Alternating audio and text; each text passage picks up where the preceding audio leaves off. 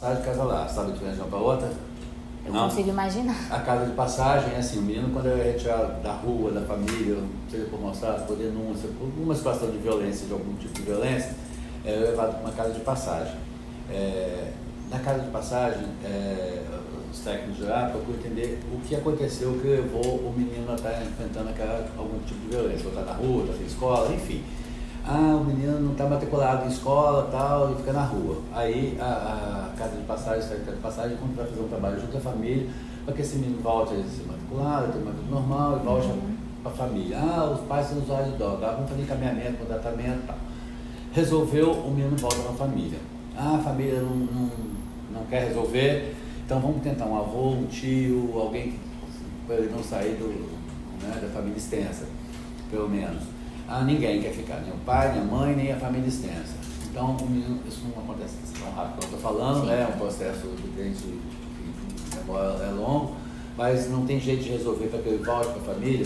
É aberto um processo de destituição familiar, ou seja, os pais perdem o pacto de poder. Destituição familiar. Destituição familiar, os pais perdem o pacto de poder dele, né? E aí, os pais são chamados, uma audiência, informando que vão perder, se comparecerem, assinam concordando, se não comparecer, corre a revelia-se, se não encontrar alguma coisa assim. A partir do momento em que destitui os meninos, ou seja, civilmente, vamos falar, eles não têm mais a família. Eles passam a ficar sob a responsabilidade do Estado, né?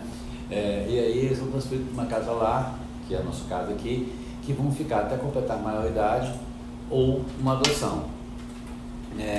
Ou seja, às vezes o pessoal está reclamando, nossa, é difícil adotar um menino, estou aqui na fila, lá. Isso porque antes de um menino tirou da rua, ou tirou da família, tenta-se de todas as formas com que ele volte. Então, o processo, na verdade, não é o longo da adoção. O processo é mais longo para tentar voltar com ele para a família. Por isso que às vezes também para não a família tão rápido, original, para a família biológica, né? Então, por isso que às vezes não é tão rápido quanto as pessoas gostariam que fosse. Enfim, depois que ele é destituído, seja bebê, seja qualquer criança, qualquer idade, aí ele vai para uma casa lar.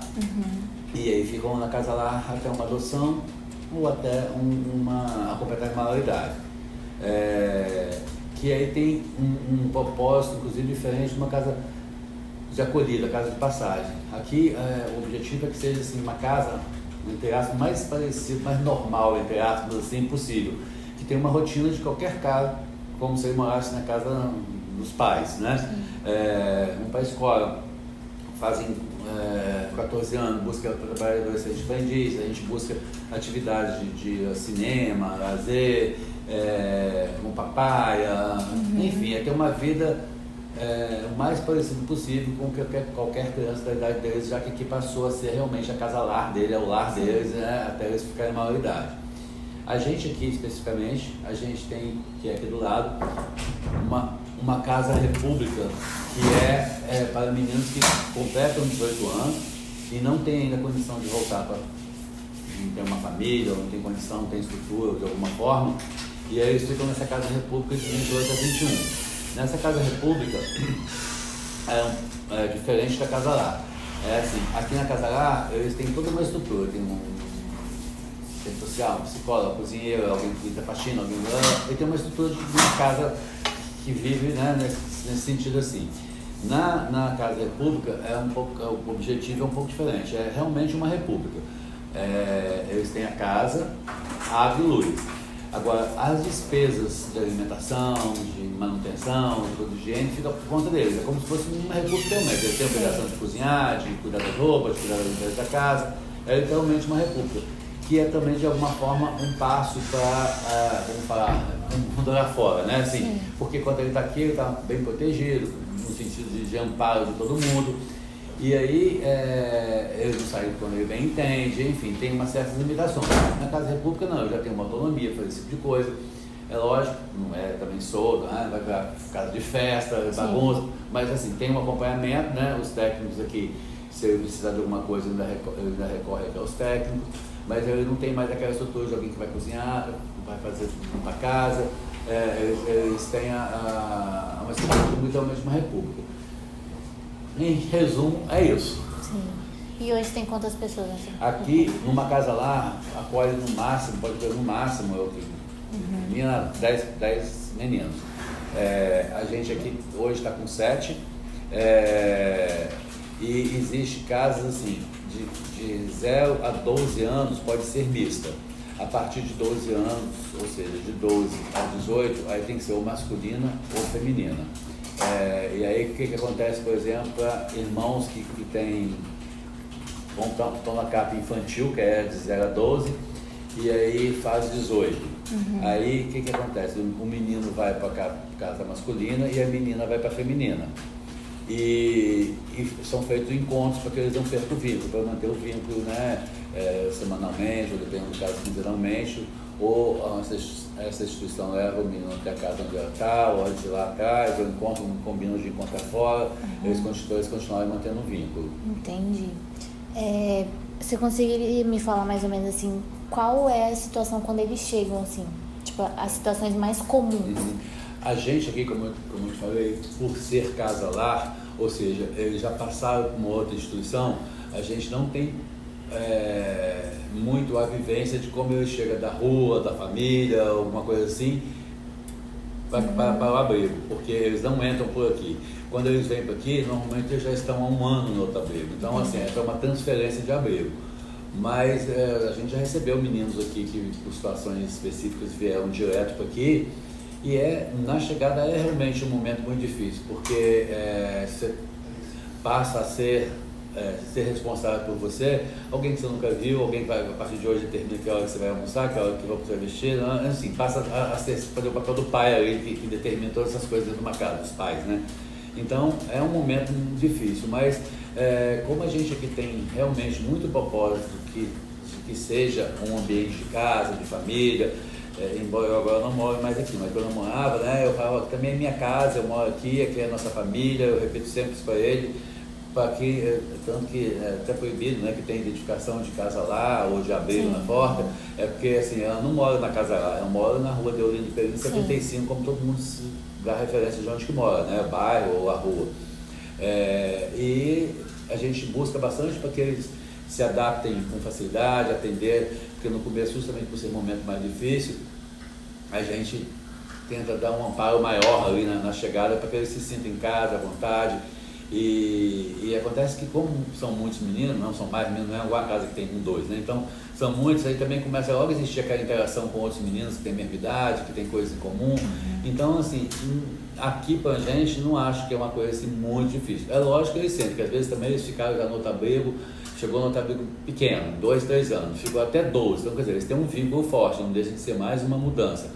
Mas aí a gente às vezes chega meio ressabiado, está acostumado com outro abrigo, outras normas, enfim, né? Sim. Mas eu acho que é tranquilo, num período curto a gente consegue fazer com que eles se sintam bem aqui, que se sintam acolhidos. E muitos já ficaram. Eu tenho um menino, por exemplo, que ele ficou até 14 anos, desde que nasceu até 14 anos no outro abrigo. E aí ele veio para aqui com 14 anos, ficou até 18, quer dizer, ele ficou 14 em outro abrigo e 4 aqui. A referência dele é aqui. Ele coincidentemente fez uma reportagem com ele, de entrevista no jornal e tal, e ele cita o tempo todo a Casa Lar aqui, como um apoio que gostou, que apoiou, que fez, que aconteceu, e a gente ficou 4 anos, enquanto o outro ficou 14. Então assim, a gente busca realmente com que eles se sintam assim, em casa, sem aquela ideia o tempo todo de abrigo, né? André, né, William até. O William sempre usou aqui aquela referência, quero ir no abrigo que você morava para conhecer. Ele não foi, nunca ele foi 14 anos, ele trouxe a pessoa da reportagem aqui. Coincidentemente já fizeram as 2 ou 3 reportagens com ele, e ele sempre fala da Casa Lar como sendo o abrigo que acolheu ele, na verdade, né? Então, por isso que eu falo, eu acho que tem essa facilidade, a gente consegue, com facilidade, né, mais uma vez, entre aspas, com que eles se sintam acolhidos em casa. Sim. Uma dúvida, porque, tipo assim, criança é muito difícil de lidar. Então, colocar regra, sei lá, convivência entre irmãos, normalmente, né, tem muitos atritos. Como vocês lidam com isso no dia a dia, sabe? Com a desobediência, com o respondão, com essas birras? Quando eu cheguei aqui, eu encontrei essa dificuldade, e encontrei a dificuldade, assim, de quem fez a bagunça, tipo assim, deixei roupa jogada, deixei matéria jogada, quem quer aquilo. Então, quando eu cheguei aqui, eu fiz duas coisas. Uma, eu chamei os meninos que moravam na época, eram 16 quando eu cheguei, outra situação, 16 eram todos adolescentes, aqui antigamente era só de 12 a 18. E aí a gente sentou e a gente criou uma moeda institucional, que ela funciona assim, existe lá 40 regras, que a gente definiu 40 porque foi o que a gente achou necessário a quantidade que precisava. Vou falar que são regras, vou falar que são normas. E são coisas bobas, do tipo assim, quando eu acordo eu tenho que escovar o dente, eu tenho que arrumar minha cama, quando eu vou tomar banho eu tenho que arrumar minha cueca, são coisas básicas do dia a dia. E funciona assim, acordei, o menino escovou o dente, e não tem ninguém mandar e falar escovou o dente. Na época a gente fez uma votação, tinha diversos nomes, escolheu o nome dessa moeda de ser casaca, então chama casaca. Então eu escovou o dente, ele ganhou uma casaca do dente. Depois do almoço escovou o dente, ou seja, 3 vezes à noite. Arrumou a cama, ganha uma casaca. Não arrumou a cama, ele perde uma casaca que ele não arrumou, mas o educador manda ele voltar lá e arrumar. É sua obrigação arrumar a sua cama. Se você tivesse arrumado sem que eu mandasse, eu tivesse arrumado tudo certinho, você teria ganho. Você não arrumou, então você vai arrumar de qualquer jeito, que é a sua obrigação, e isso aí automaticamente induz ele a falar assim, bom, é muito melhor eu arrumar minha cama de uma vez, porque se eu não arrumar, eu vou ter que voltar para arrumar de qualquer jeito, e ainda vou ganhar menos pontos lá nas moedas. Enfim, essas são as normas assim, e essas normas abrangem tudo que acontece.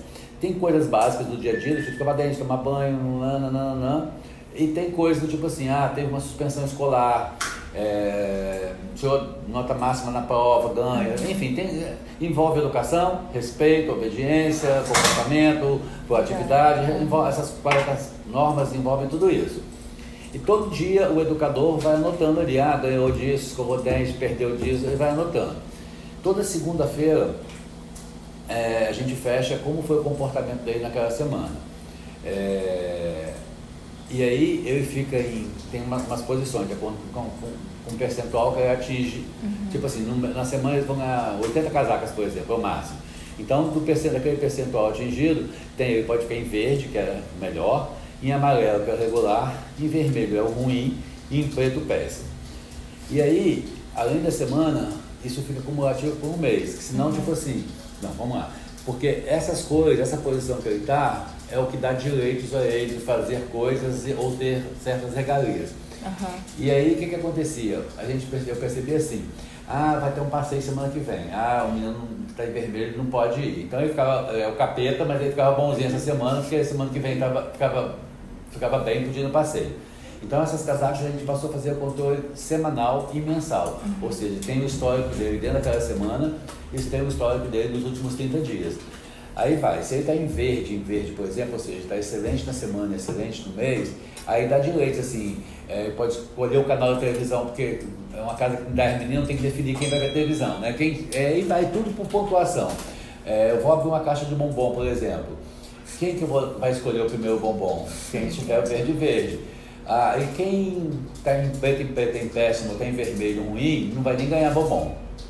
Então, assim, indo lá na sua pergunta, como que essa questão da teimosia, de colocar regras, como tem essas regras pré-definidas, o objetivo é que elas andem sozinhas. É óbvio que muitas vezes a gente tem que brigar, dar estresse, gritar, dar uns berros, normal, né, de casa, com criança. Pôr de castigo, sentar lá no quarto, mas assim, ela tende muito a funcionar em parte assim, sozinha, porque se ele fica, por exemplo, em preto e preto, que é o pior que tem, né? Preto no mês e preto na semana. Ele não pode ver televisão, ele não pode comer sobremesa, não pode São os castigos, né? São castigo, E é um castigo que eu falo assim sempre, é um castigo de escolha dele, da consciência dele. Ele sabe que o comportamento que ele está tendo é isso que ele vai ter. Aí ele fala assim, por exemplo, o tio Paulo não deixou tomar açúcar. Eu falo, eu deixo. Você que escolheu não tomar quando você escolheu ficar em preto. Vamos fazer um passeio, está em preto e preto não pode ir. Tio Paulo, deixa eu ir. Eu falo, eu deixo, lógico, todos os outros estão indo. Você não está indo por uma questão de escolha sua. Fica meio que uma forma de objetivo é que eles aprendam a controlar e fazer por onde ter crédito das atitudes que eles têm. sem ter que ficar aquele estresse o tempo todo. Porque se não tem um benefício, né, que seria de coisas da boa, tipo assim, você não escovar dente antes, eu vou esperar que alguém me mande, eu vou esperar que alguém me obrigue, então assim fica assim, sendo um acolhido de bom comportamento, de interativo, participativo, colaborador, você tem um retorno disso, que são as regalias de quem tem um bom comportamento. E se você escolhe não ter, você tem as penalidades de quem tem. Eu até falo com ele, ele fala assim, tio, mas que às vezes, vamos supor, ele faz arruma a cama, ganha uma casaca. Se ele não fez uma coisa maior assim, perde 2, 3, sei lá. Ele fala, mas a gente perde mais que ganha. Eu falei, mas é assim também. Se eu passar no sinal vermelho ali, eu vou pagar, sei lá quanto, R$200 de multa. Ainda vou levar ponto da carteira. A penalidade é sempre maior. Se a gente faz o básico do dia a dia, você não está sendo penalizado em nada, e tem o benefício, né? Nem tem benefício, se eu passar no sinal verde todo dia, eu não vou ter benefício nenhum disso. O benefício é a vida, né? Se eu passar no sinal, exatamente, mas eu digo assim, eu não vou ter benefício direto ali e se eu passo no vermelho, eu tenho uma multa. Então eu digo assim, eu falo com eles, aqui vocês ainda têm benefício de quando faz as coisas corretas e ter as regalias de quem está em verde, né? E aí, com isso, as regras, muito a gente facilita que elas andem sozinhas, mas não impede, com certeza, que tem aborrecimento, tem que obrigar, tem que mandar, tem que ter mais, meninos mais rebeldes. E aí é uma conversa, ou depende, tem meninos também de todo jeito, tem um menino que se você conversa, ele entende, escuta, tem outro que tem que brigar e pô, vai fazer assim, porque eu estou falando, enfim, é o normal de todo dia, toda família, toda casa, né? Uns você tem que ser mais rigoroso, outros você faz de forma diferente. E aí tá conhecendo cada um, que a gente vai sabendo como conduzir e lidar com cada menino. Você falou dessa figura do educador. O que seria isso? O educador, a gente chama educador, mas ele tem um papel literalmente que um pai faz na casa. Uhum. Ele manda, vai tomar seu banho, vão arrumar seu guarda-roupa que é bagunçado, sua cama, ele fica no dia a dia da criança envolvido com isso. Ele dá os remédios para quem toma remédio todo dia, ele acompanha o dia a dia, assim, ele foi ver se você tomou banho direito, se é pequenininho ele vai dar banho, enfim, é o que um pai faz, o pai e mãe faz. Eu falo assim, ser educador é como ser pai e mãe, ele faz o dia a dia de um pai. Acorda, vai servir café da manhã, vê se você comeu, não vai sem comer não, come pelo menos, toma um copo de leite aqui, enfim. Toma seu remédio da manhã, o dente, seu uniforme está muito sujo, vamos colocar um outro, está torto, está rasgado, tira esse, coloca outra camisa. Faz o papel de que um pai faz em casa, os pais fazem em casa. Aí eu estava conversando com o Douglas, ele falou que fica um durante o dia e um durante a noite. Tem o educador do dia e tem o educador da noite, porque eles não podem ficar sozinhos. Então, assim, tem o educador que fica de 7 às 7 da manhã, das 7 da manhã às 7 da noite, e de 7 da noite às 7 da manhã no dia seguinte. Entendi.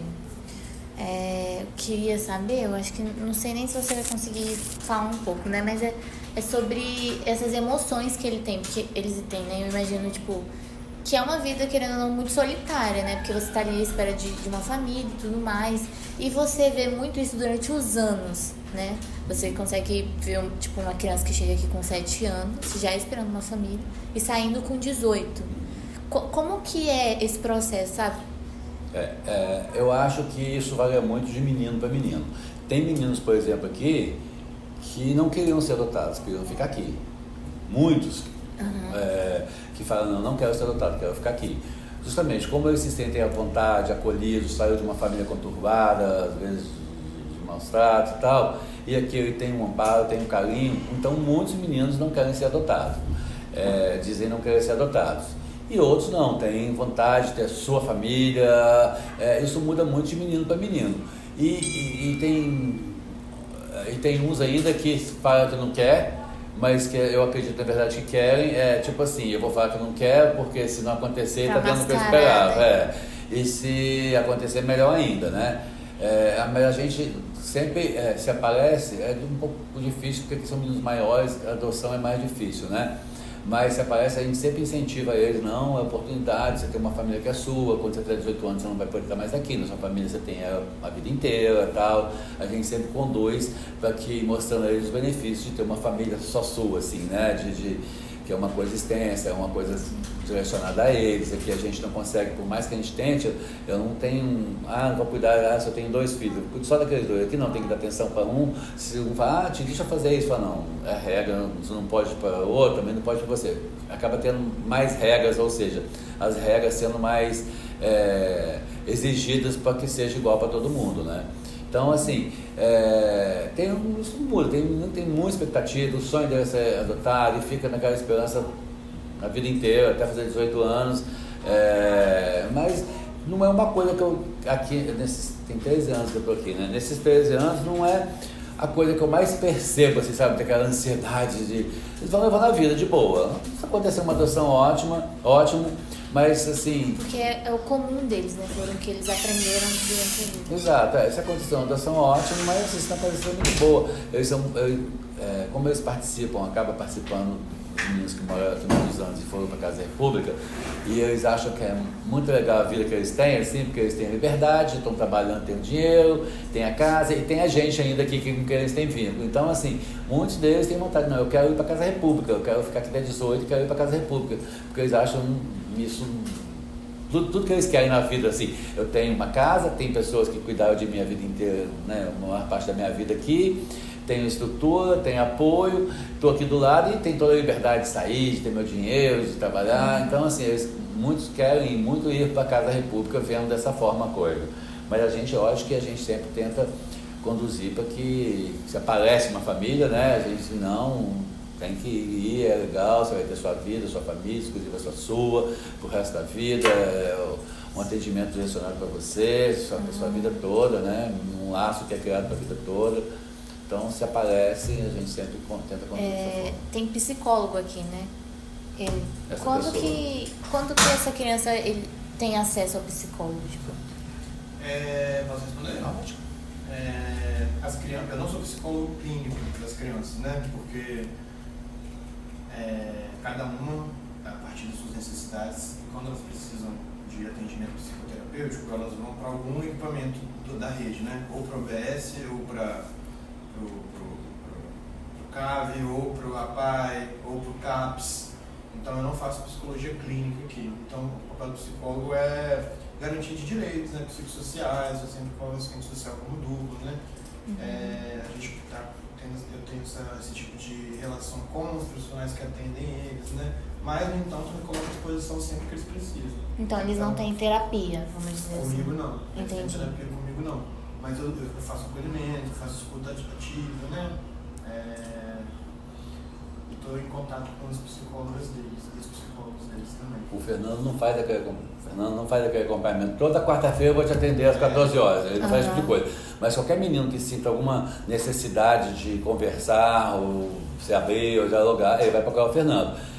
Aí o Fernando, inclusive, diante desse atendimento que ele faz, ele pode até julgar, eu acho que o Joãozinho precisa de ser encaminhado para um psicólogo aí, que vai buscar na rede alguém para atender. Normalmente, as demandas de atendimento de um acolhido para o psicólogo são encaminhadas pelo psicólogo da instituição. Entendi. Mas a gente também faz acompanhamento psicossocial, sempre psicossocial de educação, né, de saúde. Isso tudo tem a ver com a gente poder garantir o direito deles, né? Mas é mais nesse sentido. E tem as crianças com deficiência, né? Tem. Aí como que é a relação? Bom, as crianças, como assim? Como é que é a relação? Depende do tipo de deficiência, né? Assim. Por exemplo, tem o João, Tem o João. que ele é autista? Não, sei. ele tem deficiência Intelectual. Como que vocês lidam com isso no dia a dia? Tipo, ele vem até vocês? Como que é o João esse trato? É um caso, aliás, todo caso é um caso, né? Isso é um jargão da psicologia, mas ele é muito correto, assim. Então a gente vai vendo a partir do que aquele caso nos traz. Como aqui não é um caso, ele é um morador daqui, né? A gente discute as intervenções entre a equipe técnica, assim, não parte de uma intervenção que é puramente minha, assim, né? Está sempre em contato com a assistente social, com o coordenador, com os educadores, então é sempre da gente buscar estratégias multidisciplinares. Com o João, por exemplo, ele tem condutas agressivas, ele vem tendo, né, condutas agressivas muito importantes, assim, e aí a gente entra em contato com o CAPS, ele muda de médico, psiquiatra, a médica muda a prescrição medicamentosa, ele faz psicologia, ele faz psicoterapia na APAE semanalmente, e nossas intervenções no cotidiano são no sentido da gente lidar mesmo para que ele consiga superar esse tipo de comportamento, porque o que a gente entendeu é que ele não conseguia não tinha muitas capacidades, ferramentas para ele poder expressar as frustrações dele. Então a gente trabalhou com isso, assim, para que ele pudesse falar sobre isso, que ele pudesse entrar numa conversa, né, que ele não fosse apenas explosivo, mas que ele pudesse tentar de alguma forma falar sobre o que estava incomodando ele, né, tentar entender o que ele estava trazendo e não dizer apenas que ele é uma criança desse jeito, pronto, acabou. Não, o que ele vem trazendo nas falas dele, dá para trabalhar com isso, entendeu? Por mais que não seja um atendimento clínico clássico, como eu sou com as minhas crianças no meu consultório, dá para entender junto com a equipe como intervir de algumas maneiras, entendeu? E tem outro rapaz, eu não lembro o nome, que ele não consegue falar direito, né? Tem. E como que é com ele? Porque, tipo assim, ele não conseguiu me responder o nome, então eu entendo que é um trabalho mais árduo, assim, né, com ele. Mais difícil de acessar, vamos dizer assim. Pois mas o trabalho maior fica por conta dos educadores, né? Porque o Adeilson, desde que ele entrou na Casa Lá, eu não entrei junto com ele, entrei bem depois que ele entrou, né? Mas pelos relatos todos e pelas evoluções de prontuário e tudo que a gente conversa no dia a dia, o trabalho dos educadores é fundamental, do coordenador também e dos outros funcionários também, né? Porque como aqui é uma casa, uma residência, o Adeilson recebe uma atenção que ele não recebeu em lugar nenhum até chegar aqui, entende? Isso é essencial para toda criança, mas principalmente para a criança autista, né? Porque o que faz com que ela se desenvolva de forma dialética, né? Que ela consiga mudar, tipo assim, fala, ouvir o que está falando e mudar o que está falando, né? Receber a mensagem de volta, é atenção diária, né? Todo dia algum cuidador aqui dando carinho, dando atenção, dando afeto, repreendendo, oferecendo palavras ao Adeilson. É isso que a gente faz aqui, a gente oferece palavras, né? Ele não fica ao Deus dará, assim, sabe? Isso é importantíssimo para o desenvolvimento dele. Então, para quem trabalha com autismo, na psicologia, o Adeilson, por mais que ele tenha alguns episódios né, de crise, ele é um sucesso, né? Tipo assim, porque... Bruno, eu já falei que era a minha parte, eu vou te deixar porque eu estou fazendo um negócio, você não tinha marcado comigo aqui, eu estou fazendo um negócio que eu tenho que entregar, aí o Fernando acaba de te atender, então aí não ficou. Porque ele faz coisas que são inimagináveis para um autismo de grau de suporte tão grave e principalmente para uma pessoa socialmente vulnerável, certo? Então,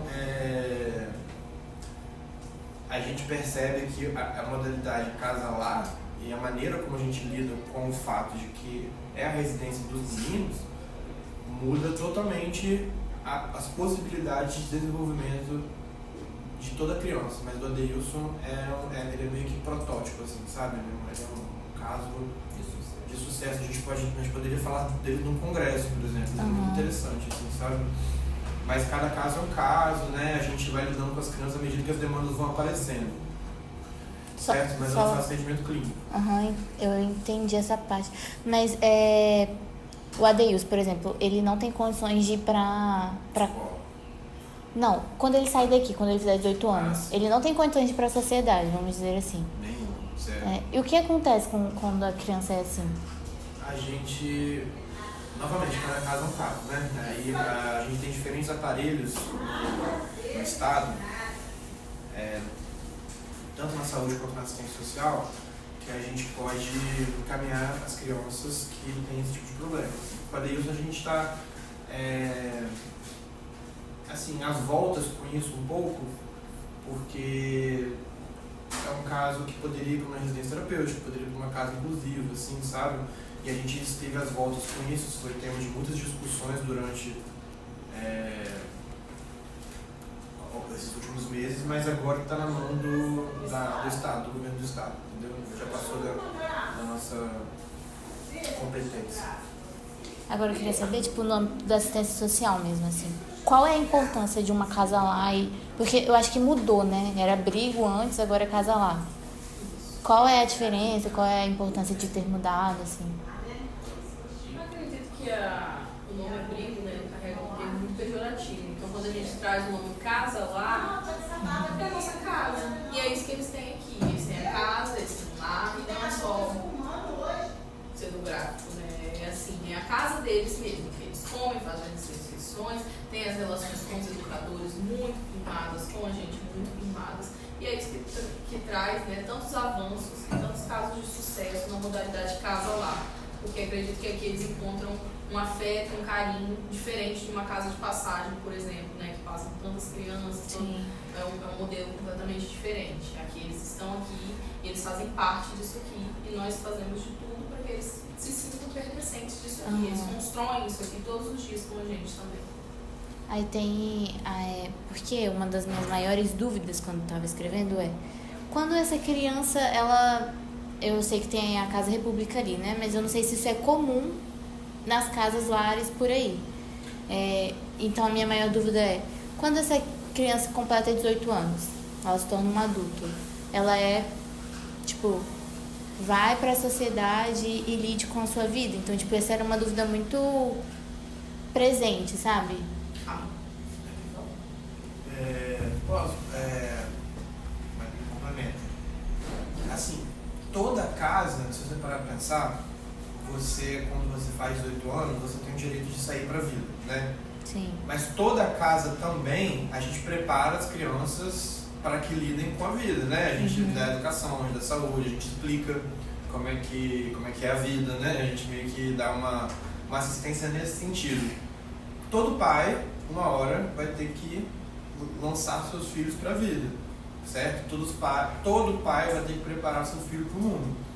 E a gente tenta fazer isso de uma maneira análoga, certo? Porque Nós temos prazo. a gente tem um prazo, é mais institucional. A diferença é que aqui é mais institucional. Na casa dos nossos pais, a gente talvez... As portas estarão abertas para que a gente fique. Aqui, infelizmente, as portas não podem ficar abertas, né, na modalidade. Que eles fiquem aqui. A partir de 18 anos, toda criança deve ser desligada da casa lá.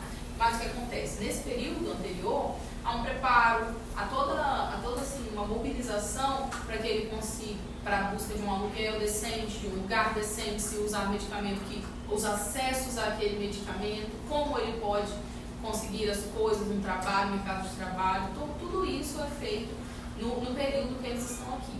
E o que o Fernando quer dizer é que o nosso tempo, né, é curto, então por isso a gente sistematiza um pouco mais as operações. Então, a partir dos 15, 16 anos, é a hora que a gente começa a conversar com meninos de forma mais incisiva sobre isso, de que o tempo realmente passa e o tempo não para, ele segue para todo mundo. E uma hora vai chegar a hora deles, né, de partir e que eles estejam preparados e adaptados e prontos para a vida lá fora, que não é fácil.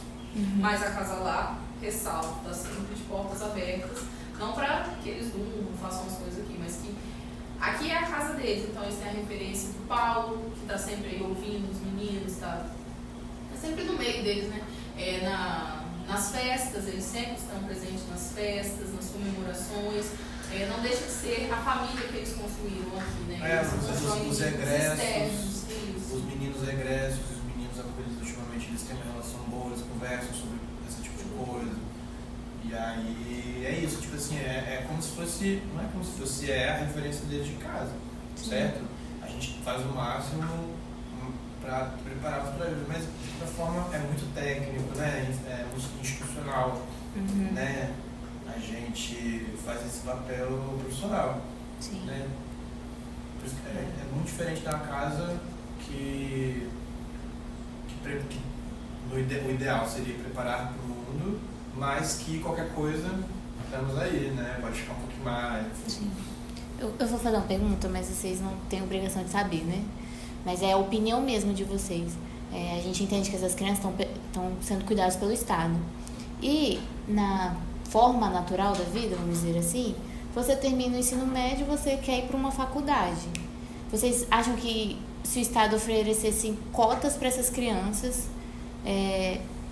que saíram dessa realidade, seria um caminho para melhorar a vida delas lá fora? Tipo... Muito difícil pensar, eu acho, agora, assim, para pensar em termos de políticas públicas, né? Especificamente para crianças acolhidas, assim. Eu acho que elas já se encaixam em muitas cotas atuais, e também tem outra questão, tipo assim, o quanto que elas conseguem vislumbrar o que significa estar na faculdade, né? O que também é um problema das cotas, do público das cotas, das outras políticas públicas, né? Mas eu acho é um debate interessante, assim, eu não saberia dizer.